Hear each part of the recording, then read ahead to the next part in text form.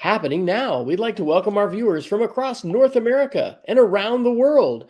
You're listening to the podcast from the Airbnbs around the world. No, this is the EdTech Situation Room, episode 267 for August the 17th, 2022. My name is Wes Fryer, and I am coming to you from an Airbnb in Matthews, North Carolina. And that is one of the reasons why, for the second week, we are an hour earlier coming to you from the East Coast as well as the Mountain Time, and blessing us and gracing us with his mere presence in what obviously looks like a new area, although sometimes he's got a virtual background, so you can't really tell. But it is Dr. Jason Neiffer, the guru of the North and the West, and apparently now of the Airbnbs in Washington State. Is that correct, Doctor? Yes, that is correct. I am joining you tonight from an Airbnb in, I guess, northwestern Spokane, Washington, where I have taken a couple of days away from my home in Missoula, Montana. To actually, it's warmer here somehow than it is in Missoula, which is a little weird. I did get to 102 today in Spokane, which is a little crisp. So luckily, the Airbnb that I was able to pick up has air conditioning. In fact, I wouldn't have been able to do that without air conditioning because 102 is a little much for me. But I am the executive director of the Montana Digital Academy, which is Montana State Virtual School, located in the lovely western Montana city of Missoula, Montana, on the University of Montana campus. But I don't think we're here tonight to talk about our day jobs, Wes. Well, at least in a way we are. What is the EdTech Situation Room all about? Well, that's right. I've got to get ready to say I'm a media literacy and computer science teacher in Charlotte, North Carolina. We are here to talk about the tech news and to gather with sometimes family and friends. So I see that Peggy George has joined us. I think that my dad may be coercing more relatives to watch tonight's show, and we just got another live viewer, so they may have tuned in. But we are here to talk about the last week of tech news. But Dr. Neiffer, I actually copied over all the links to count them. We have 34 different article links tonight, which I can guarantee everyone we will not be talking all about. But Jason and I like to share the articles and things like that we're reading throughout the week, and a number of those we put into a Google document, which you can access at edtechsr.com/links. Generally, you can access past shows there as well. I'm a little behind on getting those published, but thankfully, YouTube and Facebook are archiving our shows live. And so if you're not able to join us live, you can see the archive. And we also usually are able to put the links into the live chat, which is also visible as well. So Dr. Neiffer, with 34 different links to choose from tonight, where would you like to start? Well, there are a lot of interesting things in the links this week. So maybe we'll start with some of the more techie stuff. First and foremost, I have a couple Apple things I want to share. First, this is late breaking news, but Apple is holding an iPhone event, which is presumably the iPhone 14. I believe it's September 7th, so in early September. Apple will be announcing something, and I've seen a couple of headlines and maybe read the first paragraph of one or two articles suggested that they expect there to be a plethora of phones available. So perhaps this is the same as the iPhone 13, which will have a range of sizes and a range of capacities, all the way from the 13 Pro Max down to the iPhone Mini and everything in between. So that's exciting news. If you're an Apple aficionado, I will say one thing that I would be looking for, and I'm not sure if this is enough for me to upgrade or not, but I'd be looking for USB-C connector on the bottom of the iPhone, because if I can get a phone with a USB-C connector, an iPhone with a USB-C connector, that means all my devices, except a few handful of legacy devices, are USB-C. So curious, Dr. Fryer, anything you'd like to see out of a new iPhone this fall? Well, I don't know that I would step up to the latest and greatest, but as we know, whenever a new one comes out, the older models just get that much, less expensive. So I agree with you. I've mentioned on the show before, I don't have this iPad anymore because I had to turn it back to school. But I had an iPad Pro with a USB-C charger that really made that nice in terms of laptop. Anyway, just using the same charger that I use with my laptop and my iPad. And it would be nice to be able to just have the phone as well. I mean, Apple's notorious for, requiring lots of chargers and adapters and all kinds of things like that. But as we brought to you on the show, either last week or in the last few episodes, Europe, in Europe, their parliament or the EC, I guess, has passed regulation that would require, if I'm remembering right, Apple to go ahead and offer a USB-C and basically come into compliance with the world of Android, which is already pivoting, I think, to a primarily USB-C architecture for smartphones. So I see that as a win for consumers. I really don't know of a downside other than the fact that those of us that have Apple devices have a ton of lightning cables. But our lightning cables wear out too. So I don't know. Do you think USB-C is going to be more durable than lightning? Is there any evidence on that? Yeah, it's hard to say. I guess my general experience has been that the lightning cable has been pretty solid. And what I do like about the lightning cable is it's that single piece of metal that plugs into a socket as opposed to USB-C, which there's something that's being inserted into the USB-C end of the cable as well, not just the information around it. So that's something I'd be concerned about over time. But the ubiquity of USB-C cables, and if you buy a good cable, you can buy good quality cables for $8, $10, $12 on Amazon that have, in some cases, lifetime warranties. And if you invest a little bit on cables, that should be good enough. Yeah.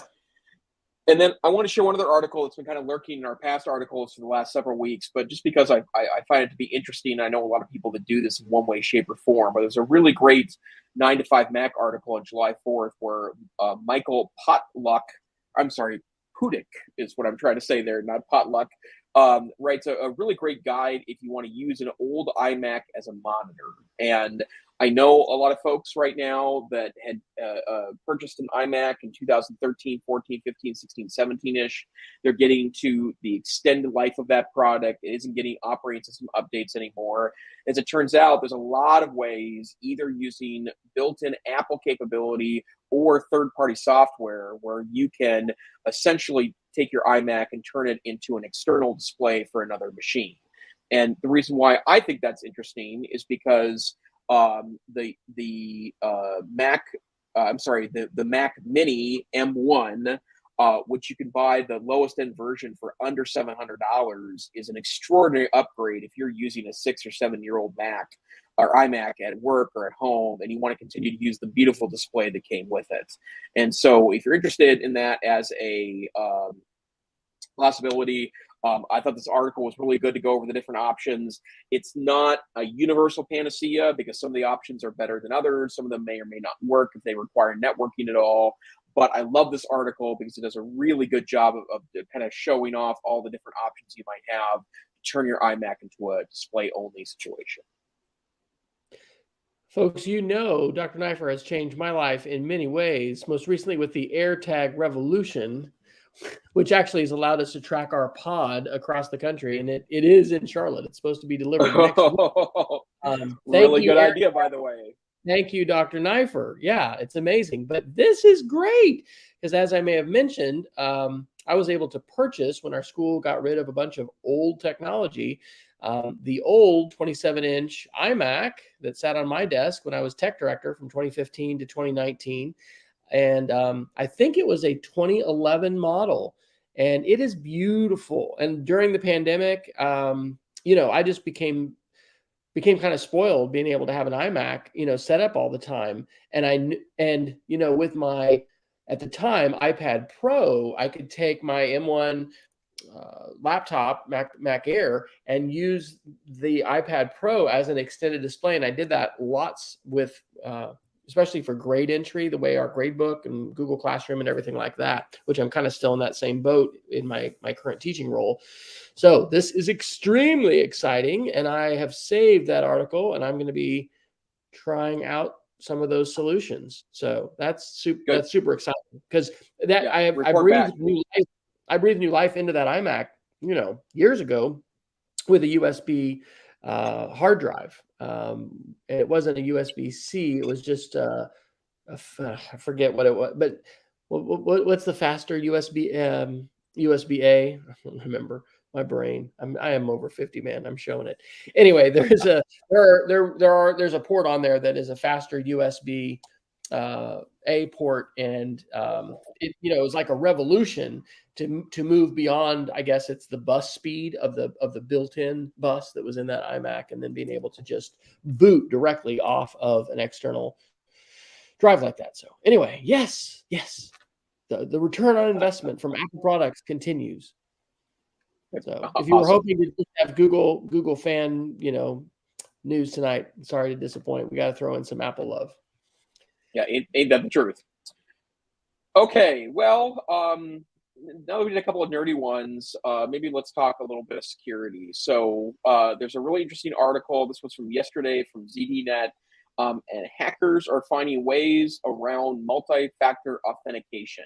And a couple things. First, ZDNet has rebranded. And so they are using different color schemes now and a new logo, very modern looking, kind of 20-year ago Wired-ish design. But I just noticed that, getting back in this article. But this article from Danny Palmer discusses some of the ways that people are trying to get around multi-factor authentication, and there's all sorts of social hacks that you can do to be able to try to trick people into doing that. But this article goes into some detail about the way cyber criminals are trying to move around things, the way they create false layers of so-called protection to try to steal your two-factor authentication codes. And then, of course, the longstanding advice that Dr. Fryer and I have given out includes, you should try to use an authentication app as much as possible, as opposed to doing text messages, because if someone's truly trying to steal your identity, not just a general identity, there's ways to actually get into people's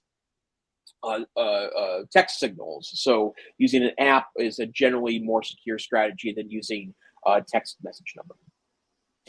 So we just have the title of the show, ladies and gentlemen. It's going to be called "Stealing Your Cookies," because as you get into this article, which I scanned, it's not an actual break of multi-factor authentication, but it's like I guess this is like a man-in-the-middle attack, but it's a way of capturing credentials, which are saved or passed along sometimes in cookies. And so, wow! In fact, let me read this paragraph. That's because the attackers haven't broken the MFA, multi-factor authentication themselves.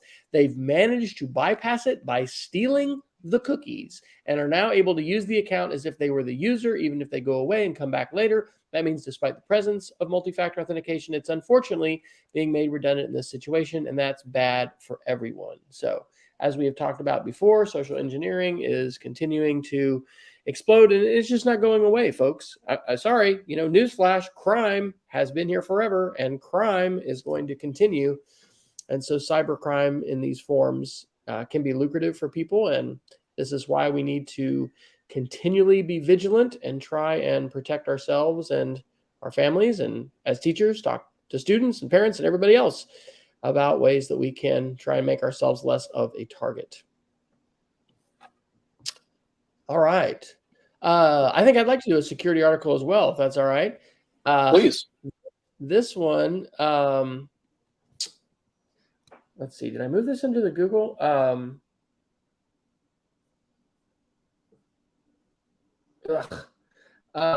thought I had a security article, and now this is so exciting to have radio silence.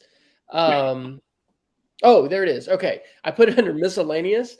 A new jailbreak for John Deere tractors rides the right to repair wave, coming to us from Wired magazine, which incidentally, if you've read a number of Wired articles, speaking of hacks, this isn't a jailbreak, but one of the things that I admit to doing from time to time, rather than subscribing to Wired, which I'm sure I should do and subscribe to everything we read, and I do subscribe to things like the Washington Post and the New York Times. But You can open up an incognito window, and I think this actually has to do with cookies as well, because the website will track if you've read several articles, and after you've gotten to some point, then it says, oh, you better, create a free account in order to continue reading.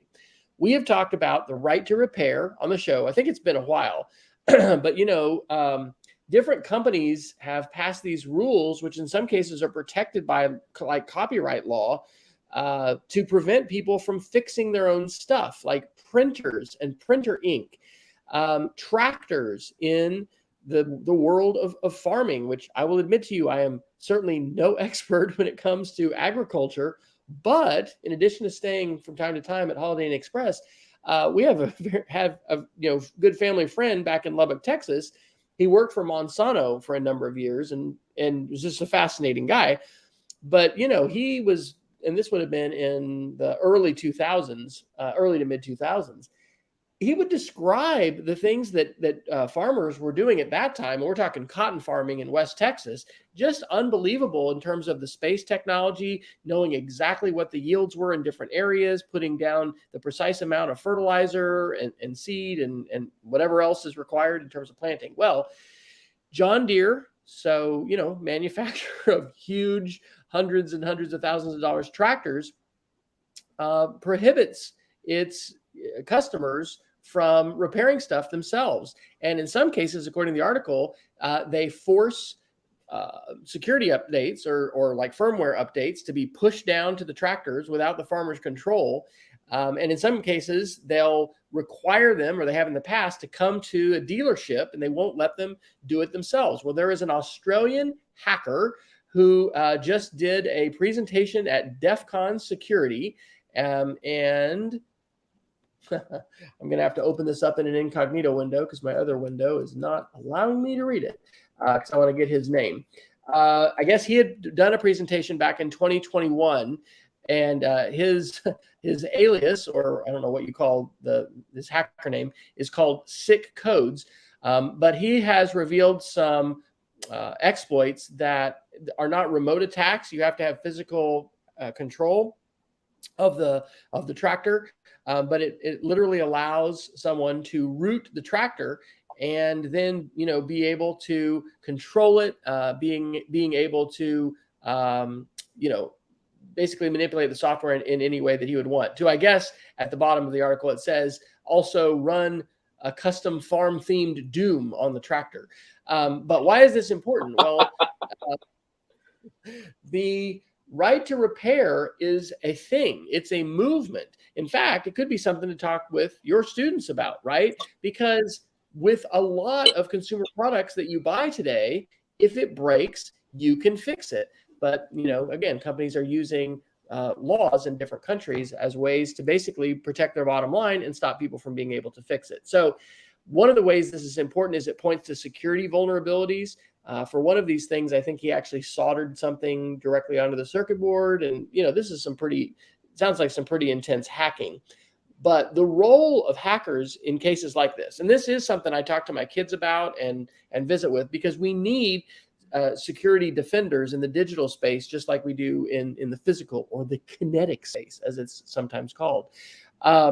We need to know what these vulnerabilities are. And in fact, there's big money that's being made by folks who are able to identify and either exploit offensively, and that stuff, is oftentimes secret. It's also, can be criminal too. But it also is the case that these things need to be patched, and companies, rely on hackers and events like DEF CON in some cases to find out about things. So anyway, there's a little right to repair article. Dr. Neiffer, do you suspect there might be some folks living in your home state of Montana that might be familiar with some of these frustrations that we're talking about in this article with respect to agriculture and tractors? Yeah, absolutely. And in fact, it's really one of those things that it's a subtle thing that's occurring. But we had the article I think it was last week, or maybe it was a couple weeks before that, where hardware as a service. In other words, If you want the the seat heaters is what I'm trying to say there, on your car, and it's not something you purchase as part of your package, they'll try to upsell you, or even worse, charge you monthly for access to stuff you already own. And this is all lumped in with that, this notion of locking everything down with software and not giving you the right to utilize third-party parts if you wish. It's all a part of this big picture, and it's been happening really on computers for years and years and years. And there are still some user upgradable parts in most laptops, but your modern day MacBook with an M1 chip is not really user repairable. There's nothing to upgrade. There's nothing to do inside of there, and they have things pretty well locked down, which they want you to go to a qualified, I'll put in quotation marks, Apple technician at an Apple store. So yeah, I'm disturbed by this because I feel like it, in a lot of ways, it really isn't rewarding innovation or rewarding people acting correctly in the marketplace, and instead it just seems to be like the ultimate upsell. It's like one of those deals where you like check into a hotel room and it's $29.99, and suddenly if you want air conditioning on a hot day, it's another $5 a day. Or the super low cost airlines that will sell you a ticket at a super cheap price, but if you want to sit where you want, that's another $100. If you want to check a bag, it's another $100. If you want to carry on, it's another $100. That sort of thing. So yeah, it's something to keep an eye on, and I think this is particularly troubling for schools. So with 34 links to go through, I think we have done 3, maybe 4. So maybe we should take requests. Peggy, if you want to put in an article request, I would love, Jason, if you would do the notification hell article. Would you mind touching on that one? I think we've got that one down under, is that a miscellaneous? It's under privacy, although this probably also qualifies for tech correction as well.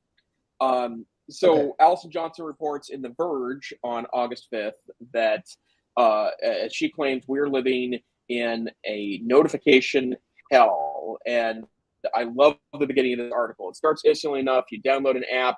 The app asks you permission to send you push notifications. You think, sure, why not? What harm could come of it? And I like to know when my packages arrive or when my burrito is ready. But then you download more apps and more apps and more apps. And you need to set the permission to send you notifications. Before you know it, you look on your screen.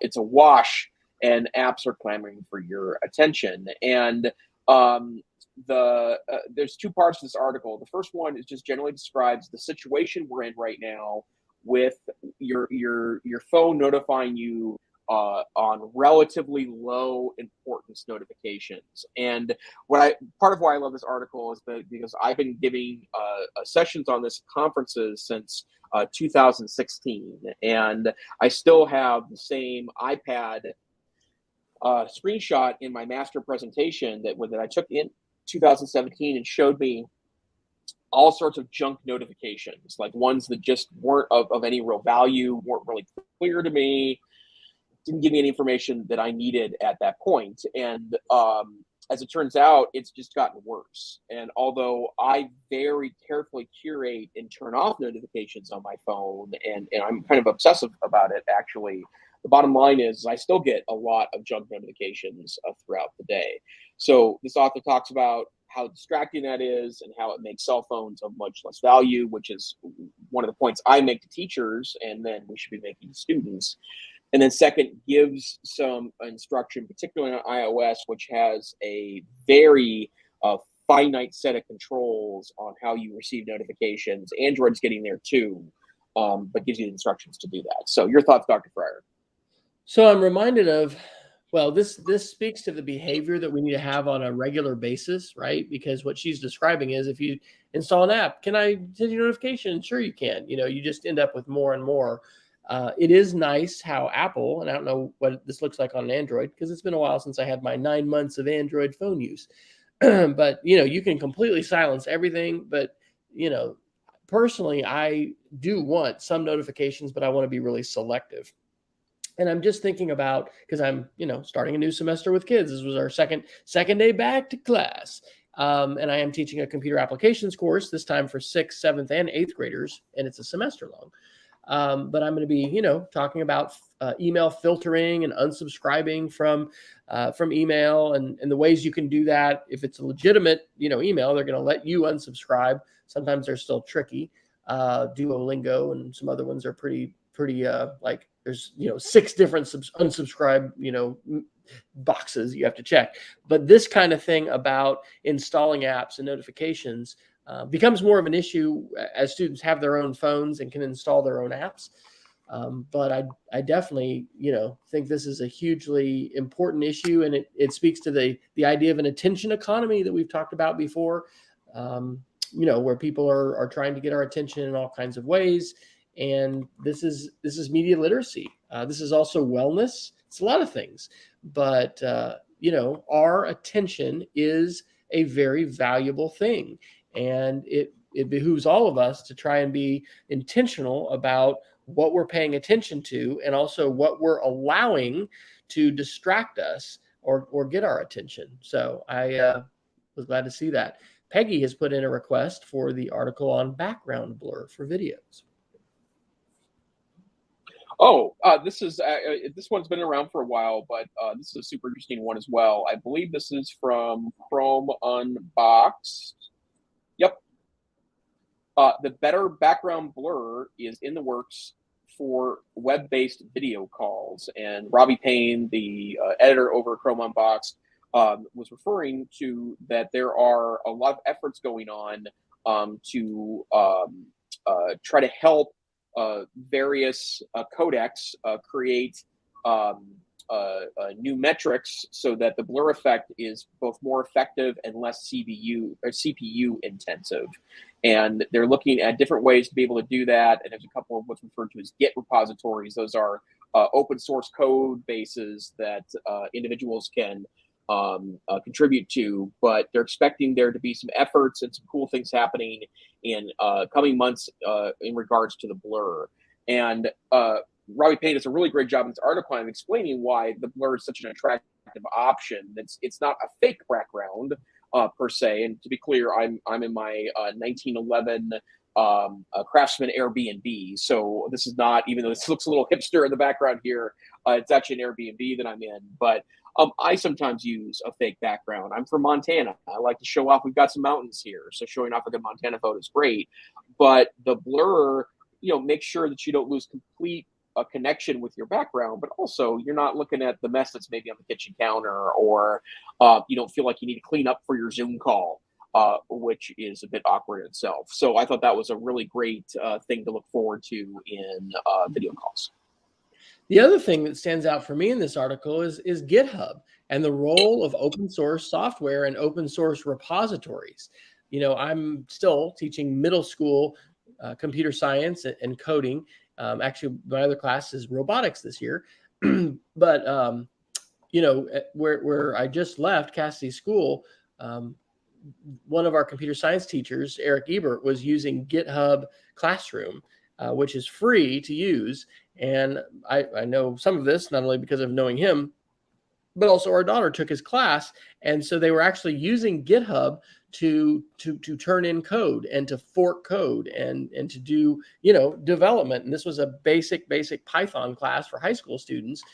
But I thought that was exceptionally wonderful to introduce students to that platform, because if you are in computer science and you're in coding today, you're going to be using, Git repositories for all kinds of things.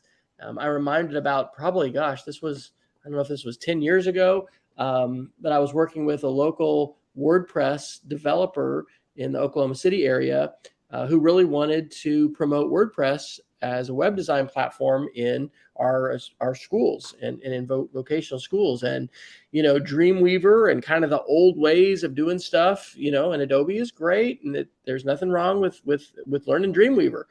But if you're not learning WordPress and if you're not learning GitHub, are you living in 2022 in terms of web development? I don't think you are. And I think, and maybe that's really maybe a little harsh, but anyway, it makes me wonder, what we're doing in some of our upper level coding classes at my new school.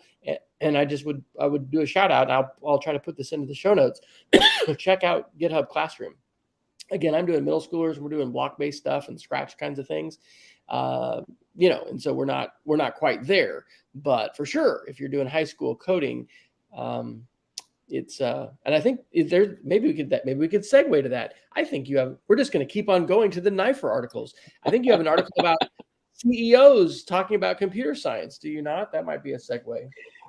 Yeah, I do. And this is a brief one. And the reason why I picked up this article is because the number of folks here that we were talking about. But there was a call in July where basically all the tech CEOs, really in the global largest tech CEOs, signed a letter imploring schools basically to offer computer science courses and classes. And there's a broad focus that I think is really important to think about and talk about the shortages that are still plaguing the technology industry in the United States.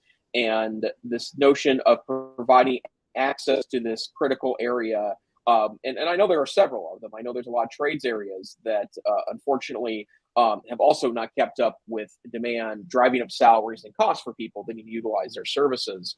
And so just, one more thoughtful piece out there. I do not like computer science for all initiatives, except that important that it helps teach logical thinking, right? Like if you expand out computer science to that definition, I think it's important for every student to get it.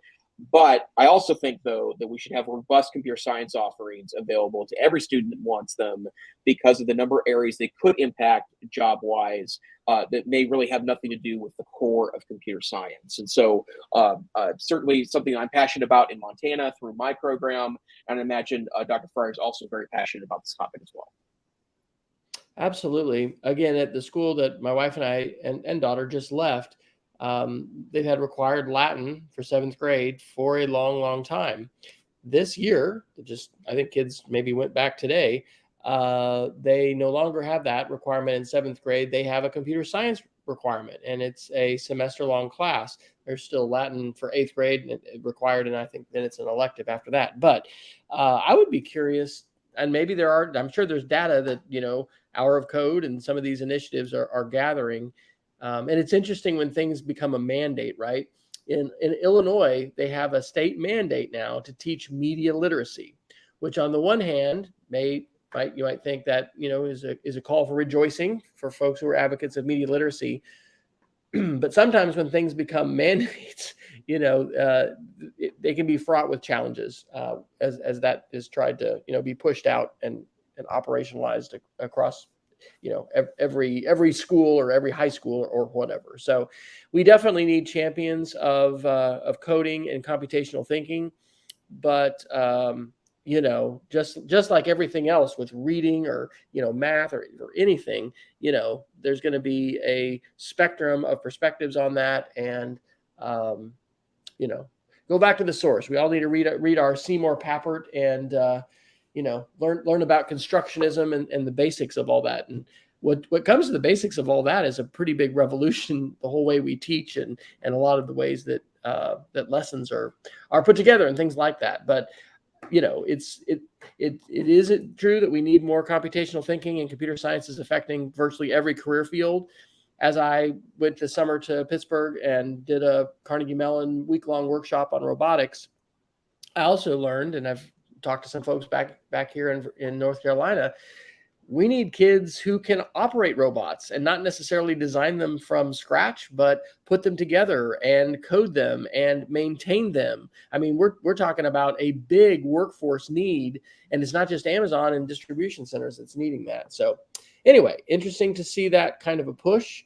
Let's hope we can have more funding, because goodness gracious, Oklahoma had challenge schools. We certainly do here in North Carolina as well. So great to give a new mandate, but hey, how about some funding? Because what is that called when we don't do those together? It's an unfunded mandate. Those are very fun. Totally. All right. Well, I will stop telling you what to talk about, sir. What do you want to talk about? Well, this is an interesting discussion too. It might be of a bit of a rabbit hole, but we like rabbit holes here at the EdTech Situation Room. This is from Tech Radar.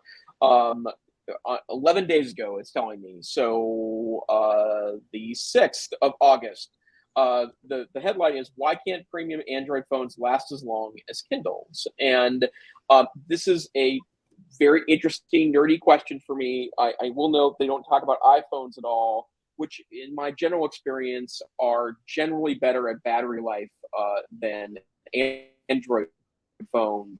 But there's a catch to that because Android does have a massive advantage over iOS from the standpoint that if you want to buy a phone with a bigger battery on it, if there's a need, there's generally some sort of niche device in the marketplace that will provide the right opportunity for you to get the phone with a bigger battery. But it's a really interesting article from the standpoint, and it basically argues that a lot of the bells and whistles that have been trained to look for as a consumer in the cell phone market all have a huge battery cost. So large, high resolution screens that have to push millions of pixels because of its high resolution.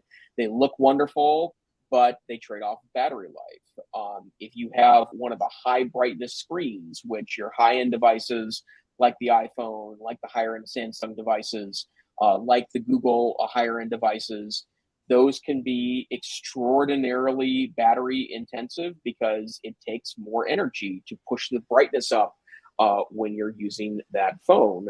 And if you're a 5G person or you bought a 5G phone, that takes more power than a 4G radio. And in fact, I'm not sure if this is in this article, but I do know for a fact too that if your phone is even switching between one band and another, so 3G to 4G to 5G, back to 4G, back to 5G, down to 3G, as if, for example, you're driving down the highway in a relatively remote area, that can also be really traumatic to battery life. And if you compare it to a Kindle, Kindle's got generally no connectivity, although I think they still sell 4G Kindles. And also, they have the e-ink screen, which is good for reading, but that's really about it. But the battery life is really superior on that kind of device. So I thought that was an interesting article. I do think that battery life is getting better on laptops, in my humble experience, but we still don't have magic yet when it comes to 2 or 3 day batteries on premium phones. So your thoughts about batteries, Dr. Fryer? Well, the other phrase I like from that article, well, I don't like it, but it's accurate, is battery anxiety. And he talks about it in the context of international travel. And that is so true. And it doesn't have to be international. It can be in a new area. We're in a completely new metropolitan area here. And we're very reliant upon our phones with the maps and, the ways we're going to be able to be guided and are guided around. So I know that when I was interested in getting an Android phone before Egypt, like 4 years ago, you steered me towards a pretty awesome, battery heavy phone. It was like a 5,000 milliwatt hour or something. Anyway, it had quite a bit of juice without needing to have an extra pack on it. So I think the reality today is, especially if you're in the Android world, I would again look for a phone that has a larger battery. In an iPhone, you're not going to really have a choice. But what you can choose to do is keep your handy dandy Anchor charging block or whatever, available. And we lost electricity maybe a month or so before we left Oklahoma City. And it was really just the transformer in our neighborhood. It took out like 12 houses, but we were without for almost 24 hours.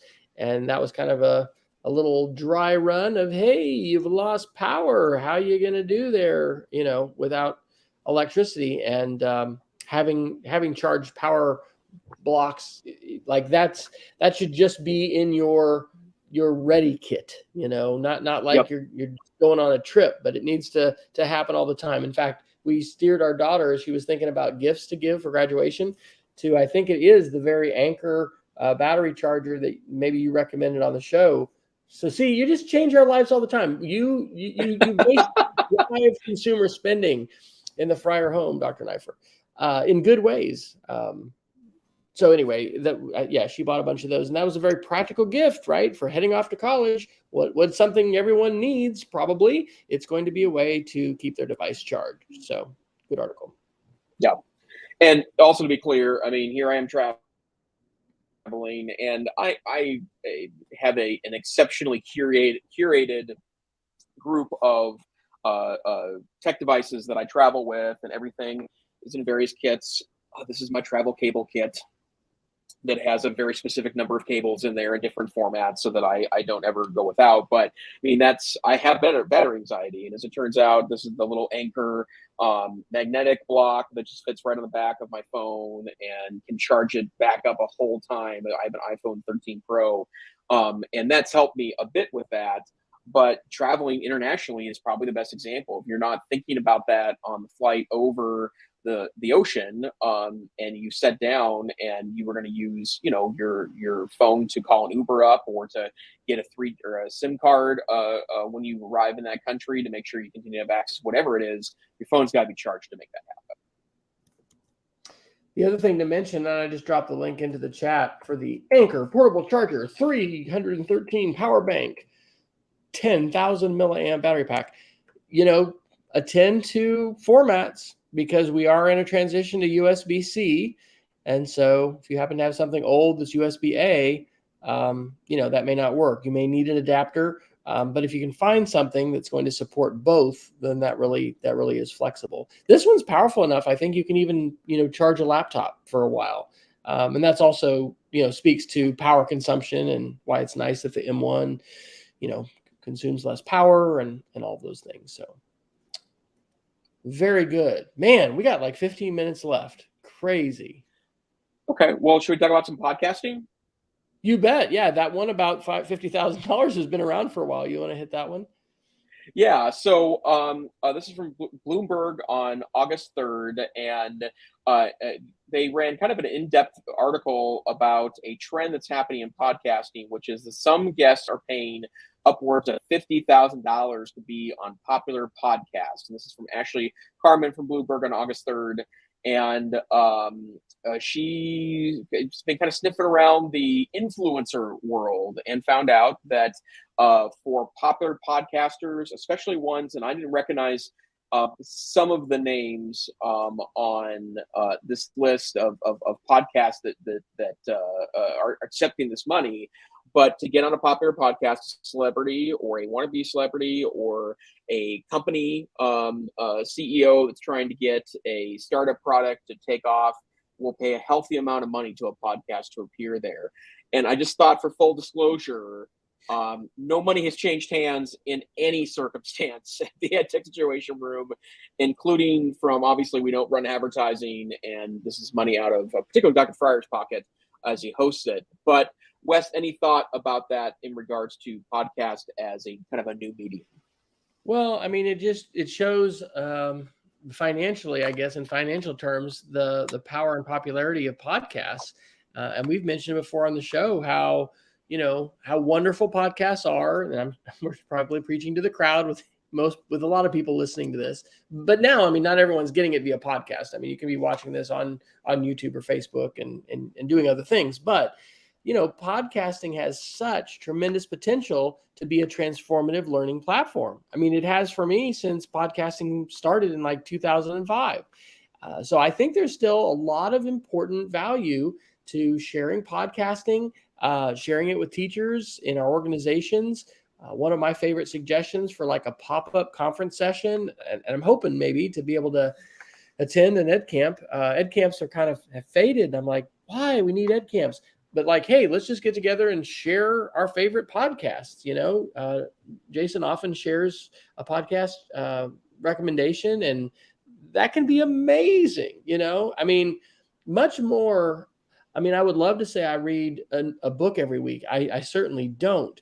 But my consumption of ideas and media in terms of podcasts, and now I've got a little bit longer commute. I mean, my commute was 10 minutes. Now it's about 20 minutes. And so that's a 40-minute to and from school. So, podcasts are fantastic. We need to share the tools that we use, but also the podcasts that we're listening to. Thankfully, we're not China, right? China they've monetized podcasts to a much greater degree than we have in the United States. Fortunately, when podcasting took off, and I know Leo Laporte in the tech, Twit network, they were concerned about Apple even taking over the word podcast and charging people. They called themselves netcasts for a long time. I think they've just gone back to podcasts. But, in China, I think there are far fewer free podcasts than what we have here in the United States. And fortunately, even though Spotify, bought Gimlet Media, and they bought Anchor. Yep. Anyway, and there's a segue. I think there may be an Anchor article, or no, There is. Excellent, Dr. Fryer. Throwing that to the next article. This is from back in July. 9 to 5 Mac reported on July 1st that Spotify is adding a creation tool to the actual Spotify app itself. And basically, it's as simple as once you have a piece of media, you press on a plus button, and you can upload it to Spotify for distribution. And so it's starting to really democratize that platform. I mean, obviously, it doesn't take that much to start a podcast. Remember, Dr. Fryer and Dr. Neiffer pull it off. So, I don't think it takes studios full of people to pull off a podcast. And I do fear a little bit Spotify's kind of further, tentacles to kind of hold all the podcasting world in the same way that I think Legal Report was concerned about Apple controlling podcasts. I don't want Spotify to control it either. But how cool is it that the app that's probably already sitting on your kids' phone is also a podcast app that allows you to publish in the same way you might start to broadcast or upload on YouTube? I think that's a really cool thing. I thought about that, but first, a digression. It appears that you have stepped onto the original scene of Raiders of the Lost Ark in the temple scene or whatever, when they're like down and Indiana Jones puts the amulet on top of the staff and the light shines because you've got this like spear of light coming down. Okay, sorry. Hey, come to an Airbnb. You never know what you're going to find. I would be curious, and maybe this article, I didn't get a chance to read the article yet. Is it only publishing the podcast for distribution via Spotify, or is it creating a public subscribable feed, which could be used in any podcatcher? Because I will suspect that it is a Spotify only podcast. And if it is, I think we shouldn't call it a podcast. I think we should call it Spotify syndicated content or something else. This is, podcasting. There is a simplicity to it, but there also are a number of steps in order to make it a true podcast. Sometimes, and this is here, well, let's get to the classroom level, because if we're going to do an audio project with students, let's not call it a podcast if we're not putting it on a public website in a subscribable feed that can be, subscribed to with a podcatcher like Pocket Casts or Apple Podcasts or Spotify or whatever. So the thing that, and we've talked about this before on the show, I think that we both have concerns about is with big players like Spotify, and then also the purchase of the Anchor app. Who bought Anchor? Did Spotify buy Anchor? They did, didn't they? They did. Yes, they did. Am I saying that right? Yep. So the fear that there was that it'll be, well, you can make a podcast, but it's only going to be available, via Spotify. So hopefully, anyway, we'll just have to check that out and see. But yeah, if your students already have it, I know one of I think it was our 8th grade history teacher back at Cassidy was, for several years having kids create podcasts.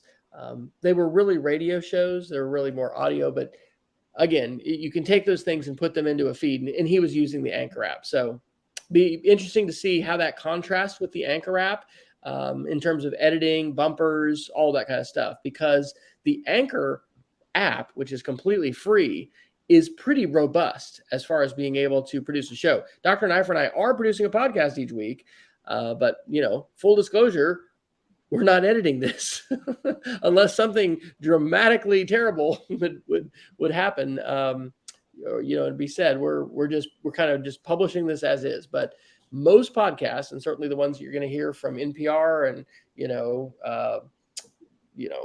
all kinds of professional sources, are going to have bumper music, and they're going to have transitions, and it's going to be a lot fancier than just two guys that are in Airbnbs opening their laptops talking to each other on a Wednesday night. Totally. Yeah. And I also, the other thing that I think is really interesting about this, and I feel duty bound to say this because this is where I've been with advocacy with presentations lately, there is two sides to the podcast issue in the classroom. Yes, there's the ability to publish podcasts, which is awesome, a very laudable goal.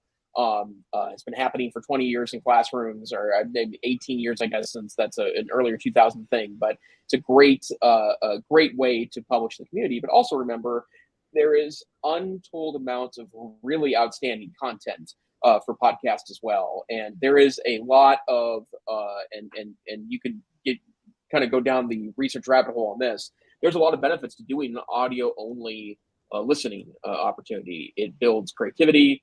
It also can help on focus if it only has presenting information to the listener. But remember, podcasts are also a stunning content repository as well. Awesome. All right. Well, we've got about 8 minutes.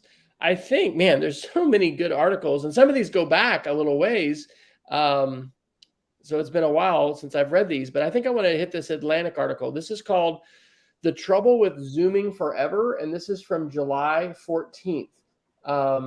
This article is by Arthur C. Brooks, and, it's, I think, very beneficial that today in 2022, fall of 2022, our entire society, not just teachers in education, not just folks in specialized, distance learning and online programs like Dr. Neiffer's, we have so much experience with online learning and with virtual meetings. It really is amazing. I heard the NPR affiliate here in Charlotte, announcing there was a public hearing that was going to be and just streaming it from their Facebook page. I mean, I don't think you would have heard somebody say that a while back.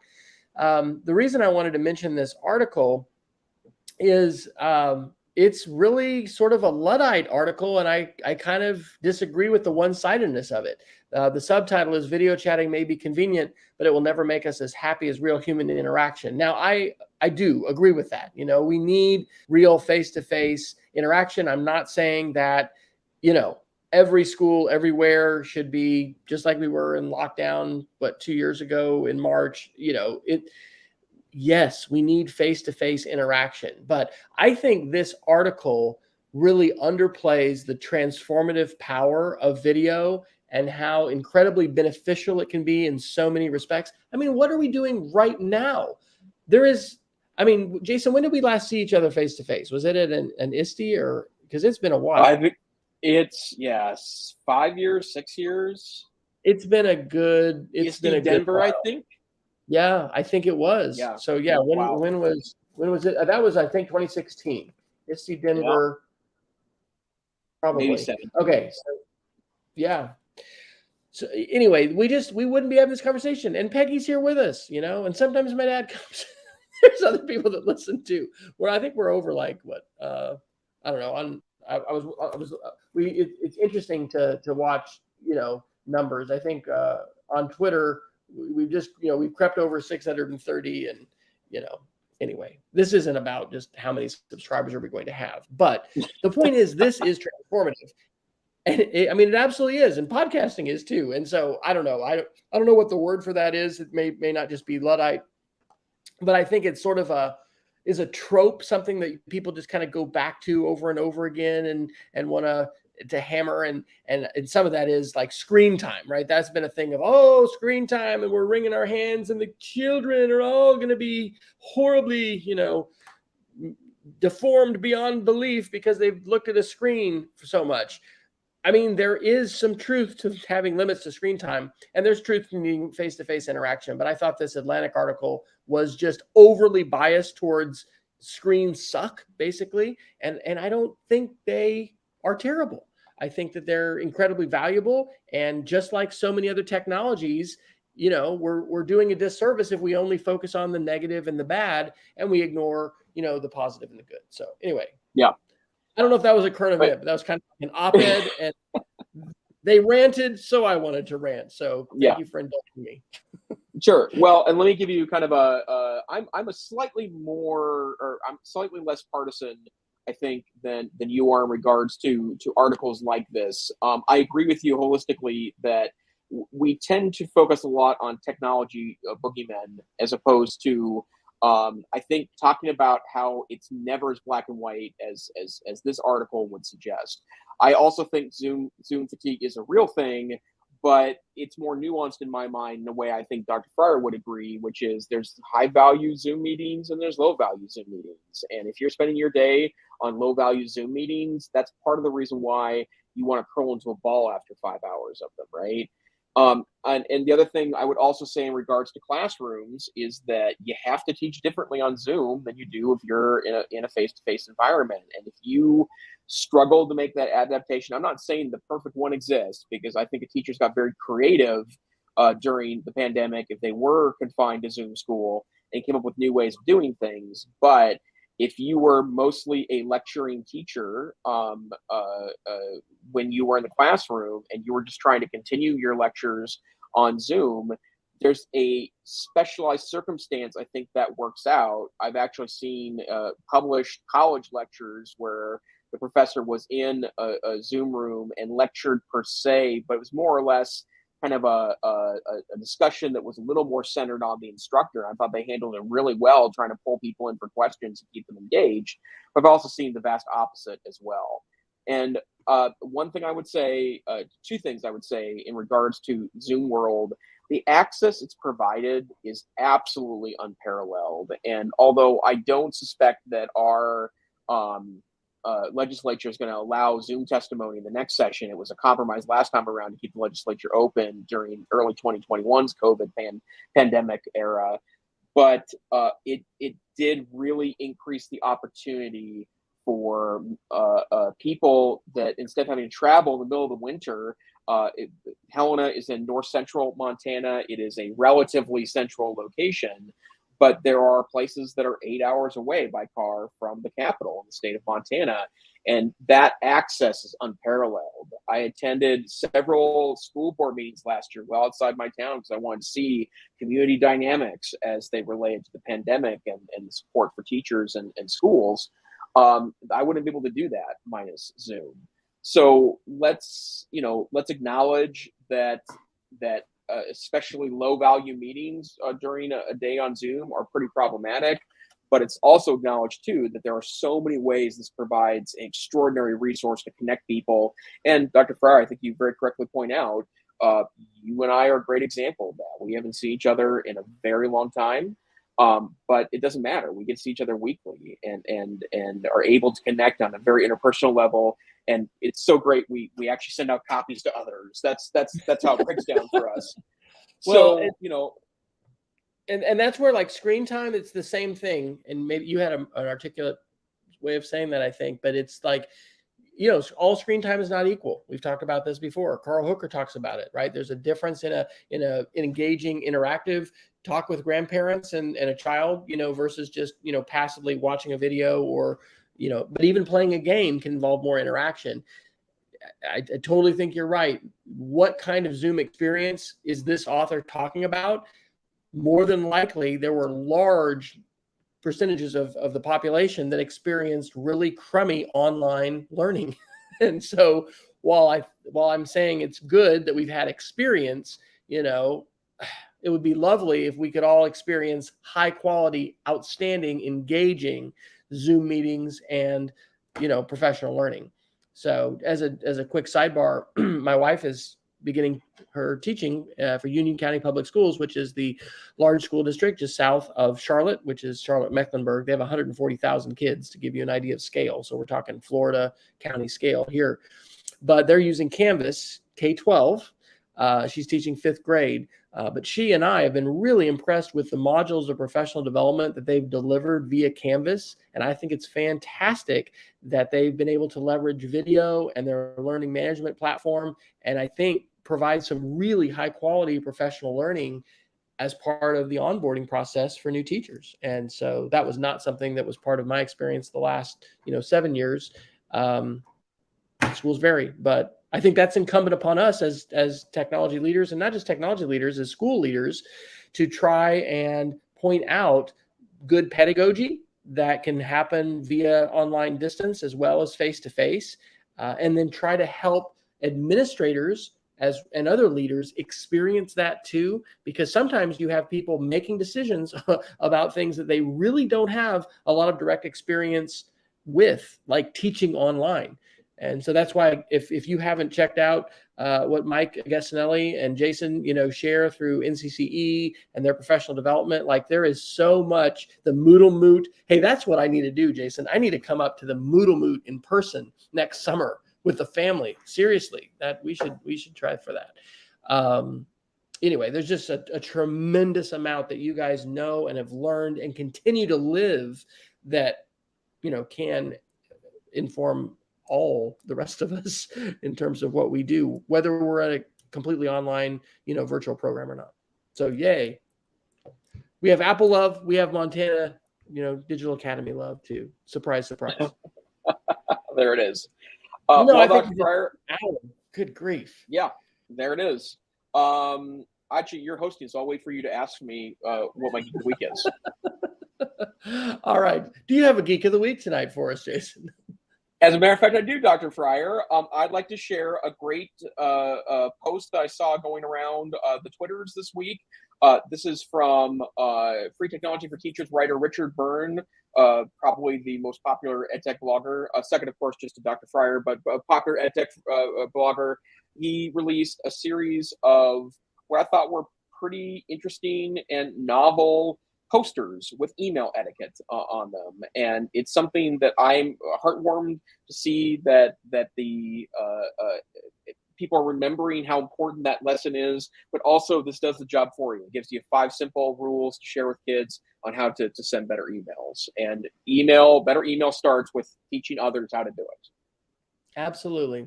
Well, my Geek of the Week, unfortunately, is not a really positive and uplifting one, but it is one that as parents and teachers, we need to be aware of. This comes to us via a tweet from John Naples Campbell, who is in Elgin, Scotland. And he has a thread that begins with the words, "As much as I don't want to give this loser any airtime, teachers need to know about him and what he does, because it's very likely, depending on the age of your students, that they've seen one of your videos." And so this is actually pretty clever. So he has included screenshots or just, saved images of mainly text, but also some images. And should I even say his name? If I don't say his name, it won't be transcribed in YouTube or Facebook. But we have people that may listen to this audio only. So this fellow's name is Andrew Tate. He is a misogynist, very sexist, and the things that he is quote unquote teaching young men or men of any age, I guess, about the ways that women should be treated harshly and violently abused and just treated in terrible ways is horrible. And so especially on the TikTok platform, he's incredibly powerful and he's a big influencer. And so I'm glad to revisit this just briefly here as a Geek of the Week for myself, because this is something I am going to be taking to our counselors at our school, and it could be something that fits into some conversations. This is tough. And as he points out in this Twitter thread, we oftentimes feel ill-equipped to talk about this kind of stuff as teachers in school. It can be more, easier to just say, well, that's not appropriate. We're not going to talk about that. But then no one talks about it. But as he points out, and some others I think do as well, this kind of thing needs to be talked about seriously. These aren't things to just brush off as far as the attitudes and the behavior that is being endorsed here.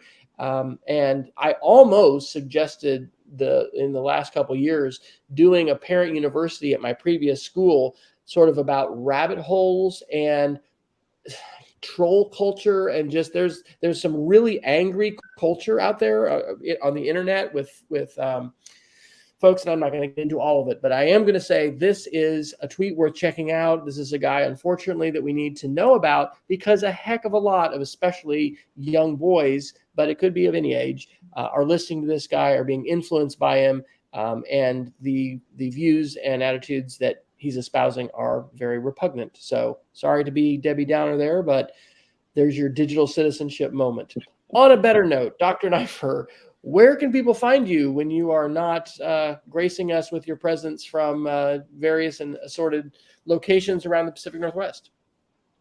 Best place to find me is Twitter, Tech Savvy Teach. And you, Dr. Fryer?